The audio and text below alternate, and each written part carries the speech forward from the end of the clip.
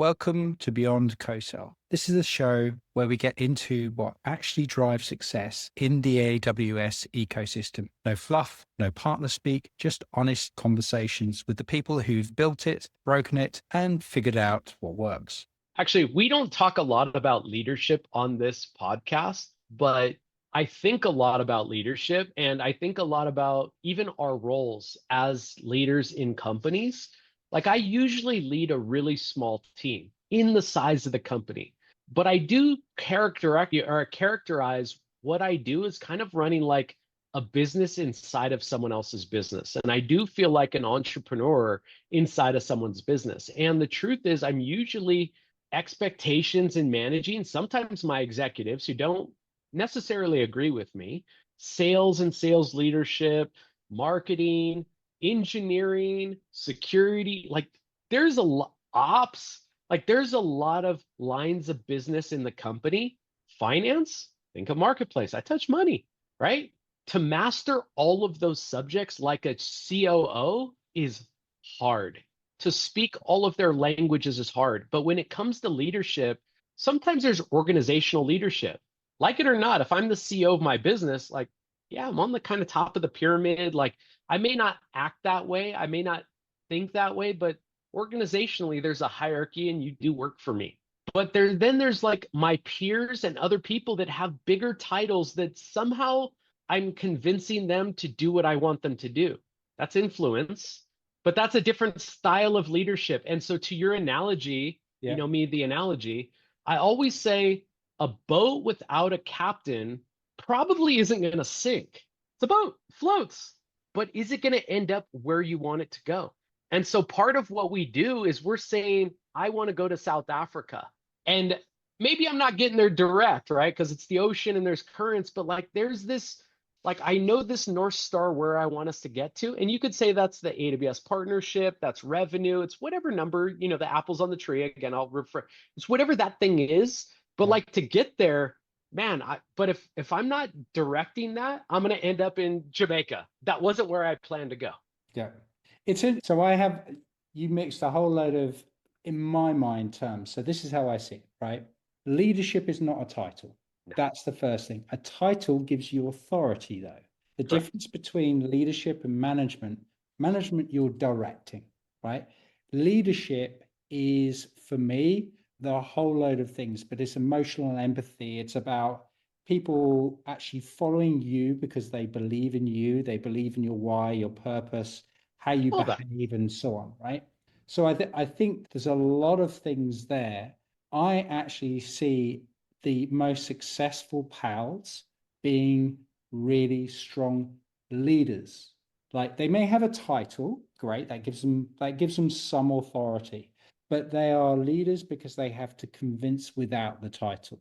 They are leaders because they have to know how that person thinks and get that person to buy into the purpose, buy into the cause, buy into this is the overall objective, and they have to build that trust with that individual. Yeah, I And think I promise the title doesn't matter, but sometimes the title helps. we're absolute idiots when it comes to it. So yeah, let's talk about behavior change because I think that's quite useful in individual behavior change. So I love the way that they were talking about the lead enrichment, giving a readiness scores, contact ready information, and things like that. Which Yep. I was like, great, more data. But my question to you, and we've sort of talked about it, and it does come down to how I think sales reps are comped. If you uploaded your 50 leads, they get a readiness score, they get their marketplace score, and you present it to your sales team tomorrow, would they use it or would they just ignore it because it came from the alliance team and not from their own prospecting? And you touched on it with your story. So You already know that. I'll put the mirror up. You answer your own question. come on. I think it comes back to the previous conversation we had as well, because it's about that leadership, right? And it's also about it's a combination of leadership and management. And what I mean by that is our leadership in convincing their management this is right for them, and then our leadership to engage with individuals to say, This is just additional information that helps you increase the likelihood of you actually closing your opportunity. You've Now, been doing this long enough to know how to sell the data that you found. exactly. And so I can make your deal, I can, if I have a look at the medic score, you have a look, or medpic, so you have a look at P, that's paper process. That's pretty much done if we're going down this route. So now, if you've got this information, so we've got to buy, or we've got an understanding of maybe the pain and the amount of pain. So that's M&I. So you can actually start increasing that. So Yeah. I would definitely relate it back, but typically I would say there are a lot of egos involved, and it still comes down to that short-term mindset of quarter on quarter. And if there's any feeling of friction, it doesn't have to be a fact, but feeling of friction, I think you're in an uphill battle. So how did I One of the answer? favorite things I like to say is I don't need the congratulations. I don't need the rewards. I just want the money. Like I have just over time learned give the sales team all the credit, give my team all the credit. Like I don't need the credit.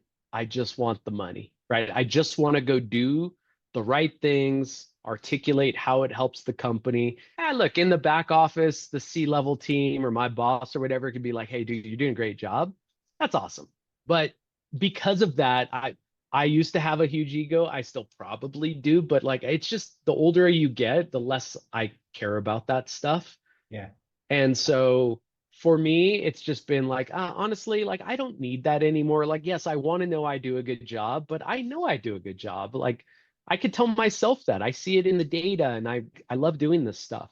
But I realize sometimes it's just better to give all that reward to the people that still are motivated by the ego. And that's okay. I'm fine with that. And honestly, the best sellers in the world have the biggest egos. I love that. Dude, go give all my top sellers all the credit. Dude, you're amazing. I'm glad I could just be part of the team and help you out. Like, awesome. We're in World Cup season, right? Yeah. Dude, look at the greats out there playing right now. They're one player on the pitch. They get all the rewards. They get all the like touch passes to get the goal. Like, dude, that's awesome. That's the whole story. Like, that's great. Now, Yeah. okay, Go for it. let me ask you now. So you know how to position and sell it. What would you do? And I know what I'm already starting to do with it, but what would you do? Now you know you're like, this stuff's actually pretty in whatever. Now you're at a company, you're at Acme company. What do you do with that data to actually get to be meaningful? You did say, hey, maybe I go into the sales team, teach them how to do that. Is that what you would do with it? Yeah, 100%. I think the data that's being exposed is absolutely hugely valuable.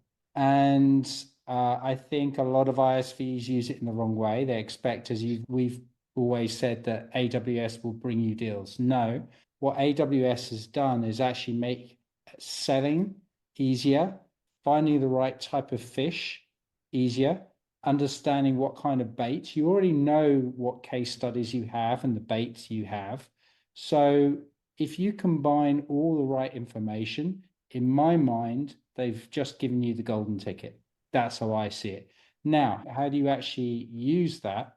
That has to be your effort. It's not Yeah, AWS. this is my point. It's still on you. Yeah. And so that requires a CRO that will actually go, yes, this is a channel that we should be actively exploiting, like any other channel. And there is a certain way, certain methodology of actually approaching that. No, depending on which ISV, which company, and so on. So I personally think it's really, really exciting.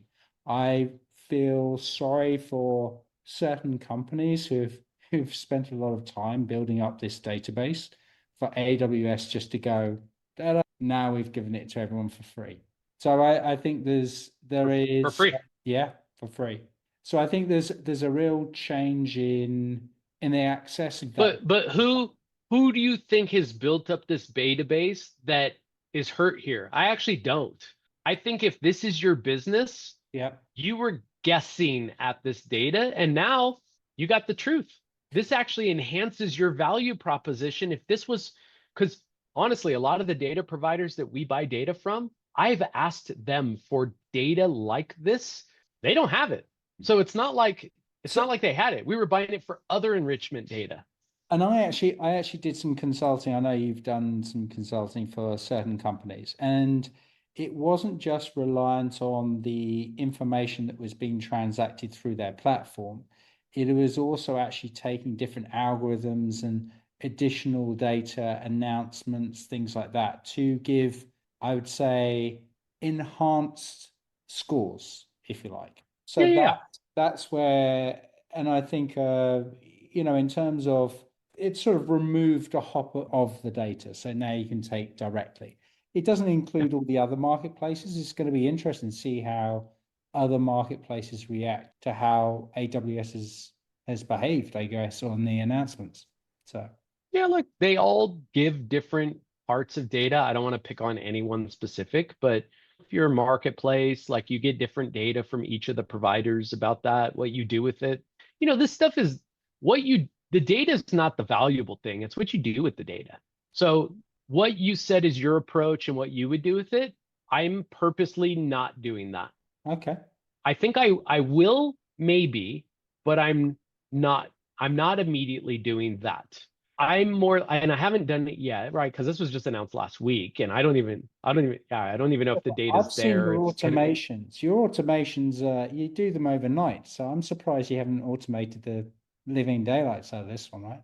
Next week we can no, because it's not actionable the argue with you. same way. I know, but it's not always actionable. Just because I have this new set of data, like I said with the digestion and it's not easily doable, consumable.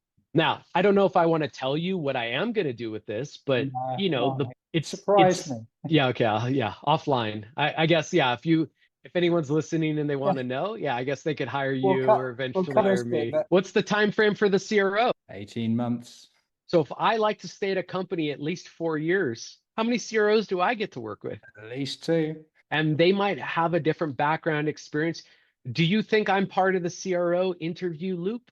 I would hope so, but not that you won't be. Probably Yeah. not. Yeah. Probably Yeah. not. Actually, I don't even need that unless I source them. Maybe not. That's okay.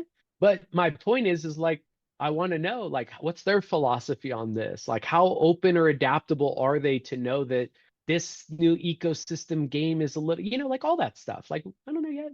I don't expect them to know this stuff. In fact, I would be crazy surprised if they knew all of the nuances and the things that we talk about. Cool.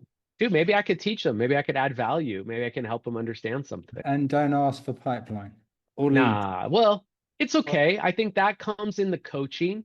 So, yeah. like, if you have an executive meeting where your CEO and your CRO are meeting executives or someone at AWS, like, that's on me to prepare someone for like that conversation. And they speak a different language and they care about slightly different things than we do. So, if I jump in, I promise I'm not interrupting or being rude. I've seen this game before. Like, I know how to like translate and broker this part of the conversation. And then I sometimes write a prep doc or usually, but also I tend to spend more time on explaining what not to say than what to say because they're going to say and they're super excited about their business and there's so much opportunity. Like that passion, they'll have more than me. But like you're saying, there's certain things that they think might be very important to say, and they don't realize that the ears over here, they don't receive that information the way you think they do. Yeah. And so I can't stop you from saying that. I can only coach you in you think this is going to get you what you want. It's probably not. My best guidance for you is like maybe we avoid this thing or that thing, or actually, I want you to bring this up. I already know what they're going to say, but like I want you to hear it yourself, not from me. So sometimes I want them to go ask those questions and have AWS tell them the thing that I've already heard two or three CEOs or two or three CEOs before.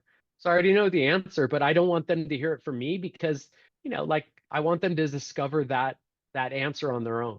Yeah. Have you read Infinite Games? I have not. I don't read a ton of books. Ebooks are okay, but I'm not a big Audio? book person. Yeah.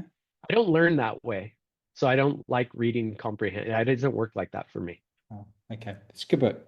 Good book. Yeah. Changing mindset around how to build companies rather than quarter by quarter. Oh, that's hard though. That's again, those are levers that I may or may not have control over. That's Yeah. just really, I guess if you're building the company and you're the CEO and co-founder, you can control that. But then the truth is, the second I take money from someone else, it ain't totally my company anymore. And I got a board of directors that think they know better. Yeah. Some are very intimate and controlling, and some are like, dude, do your thing. You're the idea person. Like, let me be your guidance, guardrails, coaching, whatever you need. But that depends too. One of those things, one of those things. Cool. That was an interesting session. I like our sessions. So yeah, thanks, You know Michael. how it is. It's sometimes like pal therapy, because 100%. I these things can. are Yeah. these things are sometimes you just got to talk them out. Yeah, and it's I think you encapsulated that story that an experience you had today with your sales team and AWS. You've encapsulated what a lot of pals will experience, which is the excitement that, wow, look how much work I've done. Isn't this great? Isn't this amazing? Now, if you hadn't joined that call and you had a certain type of salesperson in your team, they would have taken all the credit. And so you have this massive high, this massive low. And as you say, depending on your ego, so, can you handle it? Can you not? Should you've got the credit? Should you not? I think it has to come down to the C-level lack of understanding of how to actually, how do you join all these things up and chase the money or the success together? Because it still seems to be a bit split. We have a lot to do and a lot to prioritize in our days. Just think about this. As it pertains to AWS, what's the one most important relationship that you make at AWS? I'm going to say well, it depends if you have a PDM, but SA, normally within the account, I find the SA. The SA at the prospect or what? Yeah, the Uh, SA at the prospect. Yeah. I actually say it's the AE at the prospect. One AE is the most valuable, but I agree with you.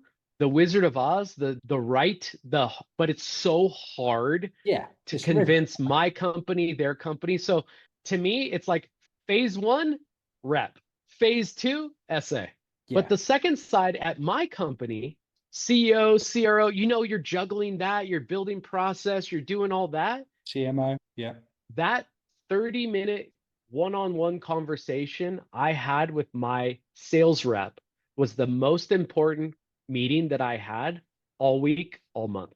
Nice. So you now have a champion. Because, and I validate this because on that call, he's like, I'm helping him explain all the situational stuff, negotiation of his deal, how CPPO works, how marketplace private offers work, annual billing, monthly billing, the dynamics at Kong.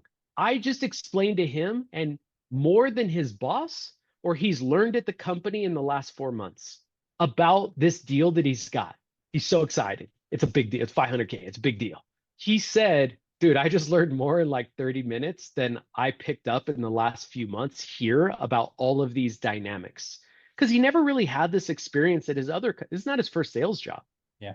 And it's not the first time he's working with AWS, but this was PhD level, MedPick sales and cloud. And he's like, and I was like, dude, thank you. That's what I love that shit. And I was like, I work for you. You're the handyman, you're wearing the tool belt. I'm just telling you, you've got this thing, you got MPOP, you got all this shit. Here's how I would go back to the customer, go back to A to B. Like, here's how I would do this if I were you. And this is what you want. And you're going to end up somewhere here, but these are all the levels that I would negotiate back into. And I said, you're telling me they want quarterly payments. And obviously your comp plan and Kong wants annual. And I said, go get annual. You also said that they only want a 1-year deal. I said, tell them, dude, we're only going to sell this 1 year annual. But if you want quarterly, we're talking multi-year now. And he's like, dude, I didn't even think of that. So you get like, you and I understand, I know his role, I know his job, I know his boss, I know his boss's boss, I know his boss's boss, I know the pressure they're under, I know all their leading indicators, I know MedPick to an expert level. I know how what we do and that co-sell call and that how all of these tactics and levers can help him go from June 25th to closing a deal by June 30th. And I guarantee I'm going to help him close that deal by June 30th. Why now? Yeah. But when it comes down to the win wire and anything that goes out to anyone, I will get zero credit for that, and I'm okay with that. You gotta have a No, serious. no, no. I tag that deal. Yeah. I get commissionable impact on that You deal. might have a section, AWS, yes or no. That's, Doesn't by the matter. way, I insist on that. I insist Yes. on that. I'm fighting and arguing now that in those win wires, at least partners captured, it's not even captured today. Oh, no, I insist. So I'm I'll right. start there. Yeah, yeah, Agree. yeah, yeah. Again, for me, there's Step like by step. 50 things. Yeah. I asked my CEO or CRO, right, for a couple things. That didn't make if I'm going to ask for 3 things, that's like way down here.